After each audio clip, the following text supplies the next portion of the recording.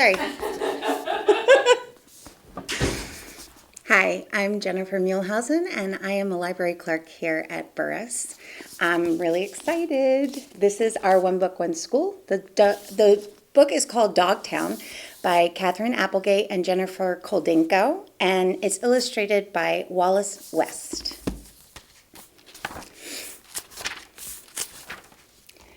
Chapter 1, Three-Legged Dog. I know what you're thinking. That poor dog only has 3 legs. But don't go there. It's not that bad, okay? So I'm not an American Kennel Club material. Big deal. My eyes are sharp, my nose is wet, my coat puppy soft, and the white patch over my eye? It's a charmer, I don't mind saying. My name is Chance. I'm pleased to meet you. Chapter 2, Chance. Something else about me. I think about things more than your average pooch. While other dogs are chasing sticks and squirrels, I sit back and appraise the situation. When you hop everywhere you go, each trip takes time, so you think about where you're heading and why. Also, 3 is a lucky number. 3 acts in a play, 3 legs on a stool, 3 times a charm and all of that. And since management at Dogtown plays a lot of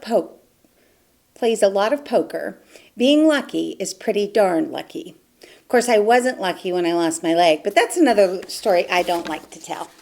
There he is right there. Chapter 3, A Place for Homeless Dogs. Dogtown is a shelter, a place for homeless dogs. The dogs of Dogtown are as fancy as you'll find anywhere. Collies and corgis, sharpies and sheepdogs, oodles and schnoodles and poodles and labradoodles, plus plenty of mutts like me.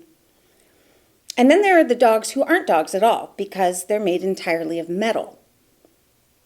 Ever petted a stapler? Hugged a toaster? Cuddled a bag of doorknobs? Then you know what it's like to have a robot dog. No fun at all.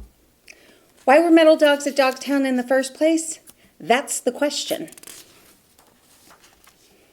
Chapter 4, Dogtown 2.0.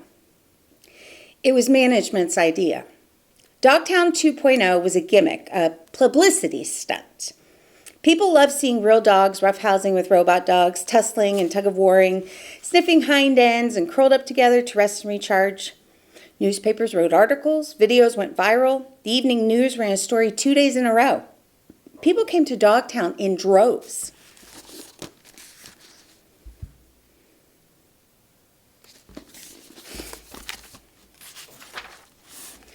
Chapter 5, The Boss. Unfortunately, a lot of folks who visited Dogtown 2.0 went home with robot dogs. Oh, the excuses they had. They were clean freaks. They were cat people. They were allergic. They didn't like dogs who pooped. That's when the hostility between us real dogs, the flesh and bloods, and the metal dogs began. But Dogtown 2.0 created so much foot traffic that real dog adoptions increased too. At least that's what management said. And she's the boss, right? Chapter 6, Plug-in Pooches. Most of the robot dogs at Dogtown were known for their breed names: E-Dog, iDog, Abio, Robo Rover, or Pup 1000. But those aren't real dog breeds like pugs and pointers and Pekingese. Nothing real about a metal dog. They'd be laughed out of the ring at our dog show. They're brands. That's it. Besides that, lots of them are in bad shape by the time they get to Dogtown. Tails broken, wires poking out, chargers missing. Nothing sadder than a plug-in pooch who can't wag his own tail. He goes straight to the e-waste heap. Even in her finest hour, no e-dog has a heart. They don't have the first idea what it feels like to carry one around in your chest. The weight of it, you know?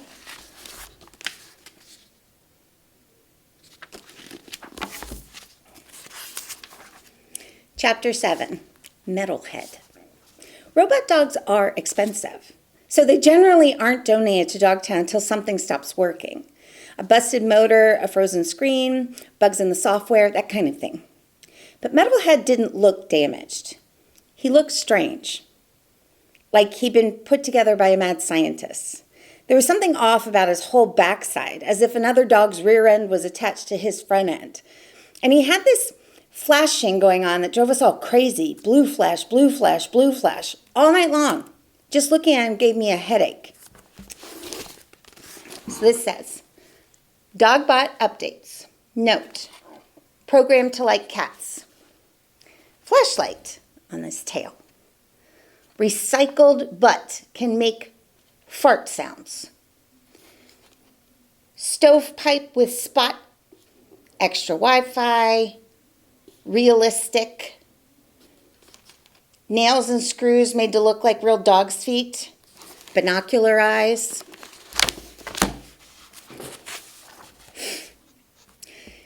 It wasn't like he was well trained.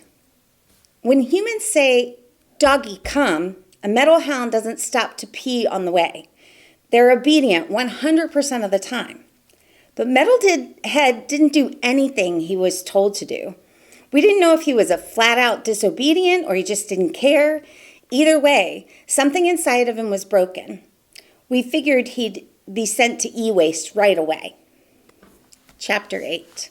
First cage. We were wrong.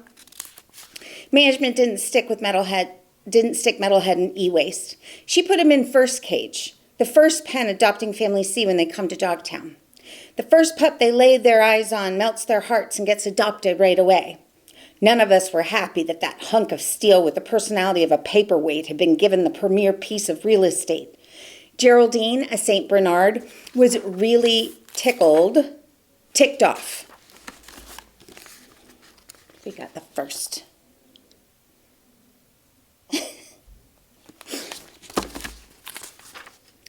She got sent to Dogtown because, how do I put this delicately? Her piles were too large? I don't understand human. Doesn't seem like that's difficult to figure out. Big dog, big... Anywho, Geraldine couldn't stop barking about Metalhead getting first cage. What am I, kibble dust? All I'm asking for is a little respect, people, she barked. But the humans didn't understand a word she said. Trying to bridge the human-dog divide is a game of charades. We understand them, they don't understand us. We joined Geraldine and her big bark the way we always do. But it did no good. Metalhead was going to blink blue in first cage until management moved him. There was nothing we could do about it. Chapter 9. Boo-hoo. If that wasn't bad enough, Metalhead was a boo-hoo. Plenty of flesh and bone dogs are boo-hoos. Dogtown is a shelter, after all. Dogs end up in Dogtown because they're lost or abandoned. They come to us because they bit the mail carrier, or they dug up the peonies, the poopies, the poppies, the pansies, or this is a real big no-no. They ate their human's cell phone. You wouldn't believe the talented dogs that are dumped because of phone chewing. It's a crying shame. Real dogs are unhappy when they arrive. They whine, they whimper, they hide their heads, and refuse to eat. They're hopeful there's a sign stapled to a telephone pole somewhere that says missing dog with their picture on it, might even offer a reward. If only they could escape. If only they could go home. If only their humans knew where they were. I couldn't blame them. Who didn't miss home? Cats to chase, kids to race, and a bowl with your name on it. But in the end, real dogs are resilient. We get over our heartbreak most of the time. I wasn't sure about e-dogs. Metalhead was the first one I ever saw who was a boo-hoo. Looking back now, I see that was a sign. But at the time, I just figured the guy must have a power outage at an important stage in his development. That's the dog digging up the flowers. Chapter 10. The Manual. Most robot dogs had their instructions built into the circuitry. But Metalhead was old school. He came with a manual. And he was always looking up one thing or another. never seemed to be satisfied by what he found. It was like he was looking for something that wasn't there. He didn't care he was the first cage. He paid no attention to families who walked by. The cutest little girl with dimples, a missing front tooth, and a bag of doggy toys bigger than she was stopped smack in front of him. She was jumping up and down, her curly hair springing and spronging. Look, he's just reading the manual.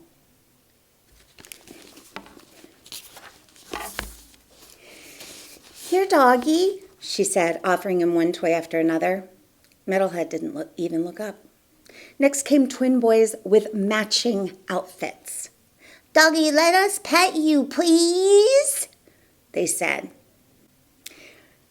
They started doing their routines. Mambos, moonwalks, macarenas. Imagine humans doing tricks for dogs. Metalhead didn't notice. I assumed he was out of charge until I saw his blue light flashing. "Sit, shake, roll over," the human kids called out. They were especially adorable that day. These were families any dog would have been proud to call their own. Thank you.